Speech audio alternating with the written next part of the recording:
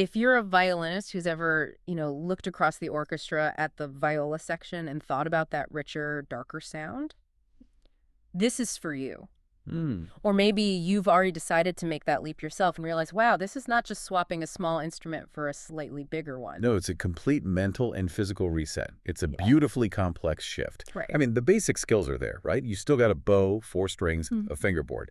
But the viola hits you with this triad of hurdles. Well, they. There's the physical side, the size, the weight. Then there's the huge shift in your musical role, your whole philosophy. And of course, the big one, the notation. Exactly. And our listener is looking for the most efficient way to get through all that, to kind of shortcut the learning curve.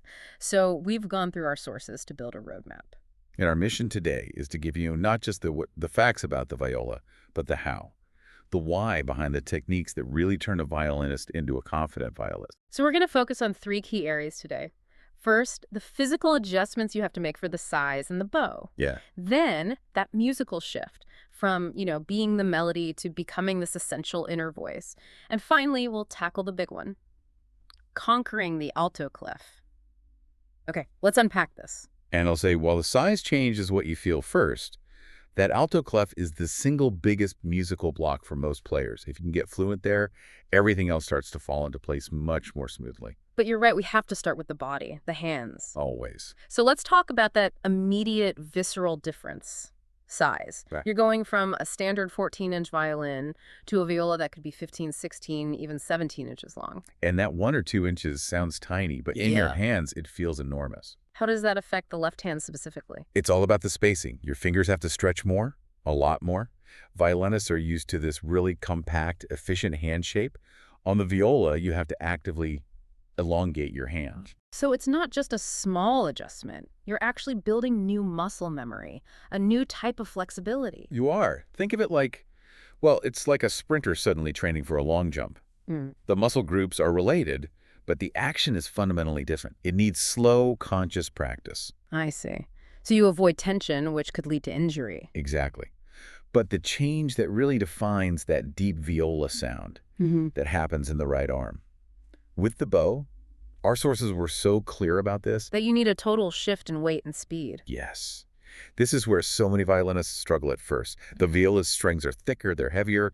If you use a light, fast violin bow, You get that whispery, thin sound. they get nothing. It's just air. Yeah. The viola demands a slower bow speed combined with significantly more bow weight. Okay, wait. So does that just mean pressing harder? Because that's what a beginner might do. How is this idea of natural weight different? That's the critical distinction. Yeah. Pressing down with your index finger, Yeah. kind of muscling the sound, Yeah. it just chokes the string. It makes it sound harsh. The weight has to come from your back and shoulder.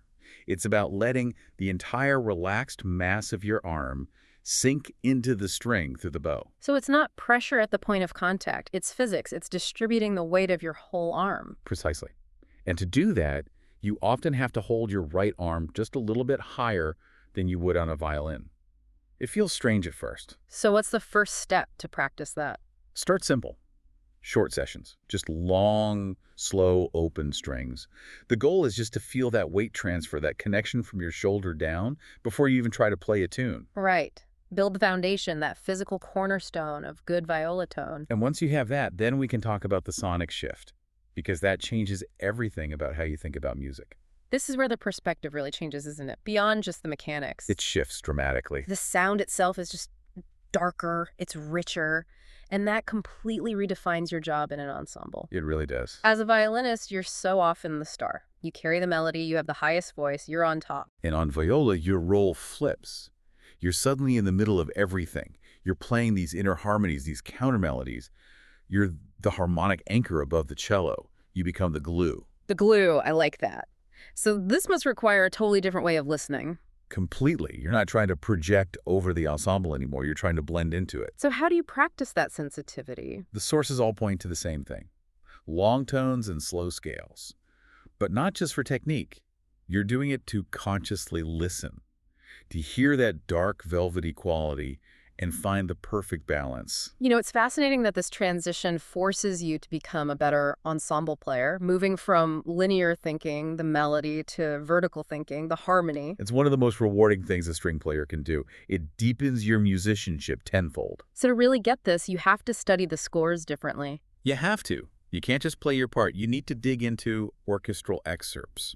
Look at Brahms, where the viola has these incredibly emotional inner lines, or early Beethoven string quartets. You see how the viola part completes the whole chord. You realize it's not a secondary part at all. It's foundational. All right. We can't put it off any longer. Let's address the elephant in the music room, The alto clef. the source of so much anxiety. It really is the biggest psychological hurdle, no question. It's the final barrier to fluency. So for anyone listening, violinists live in the treble clef. We know G is on the second line, but viola music uses the alto clef. And the key difference is that the middle line of the staff is now C, middle C. So every single note looks wrong, even though your fingers know where to go on the instrument. It's a huge cognitive disconnect. Mhm. Your fingers are ready, but your eyes are telling your brain nonsense. Yeah. And our sources are very clear. The way through this is not just rote memorization. It's consistent, gradual reading practice. Okay, so let's break down the 5 techniques our sources laid out. This is the actionable part. The first, and honestly the most important, is to anchor around middle C. That middle line is C. That's your home base. You don't translate from treble clef. You learn everything in relation to that central C. So you think, okay, the space above C is D, the line below is B. You build out from the center. You build out from the center. That's step one. Step two is use daily drills. Every day. Every single day, even just for 5 minutes. Flashcards, clef reading apps, whatever. It moves that recognition from your conscious brain into your reflexes. And number 3 is really clever. It uses what your body already knows. It does. Transpose familiar pieces. Yeah. Take a simple violin tune, by heart, a folk song, anything, and then try to sight read it in alto clef. So your fingers already know the pattern. Your fingers know exactly what to do, so your brain can focus 100% on just the notation. You're isolating the challenge. That's brilliant. You're using muscle memory as a crutch while you rewire your eyes? Exactly. Then, number 4, read duets that use both clefs.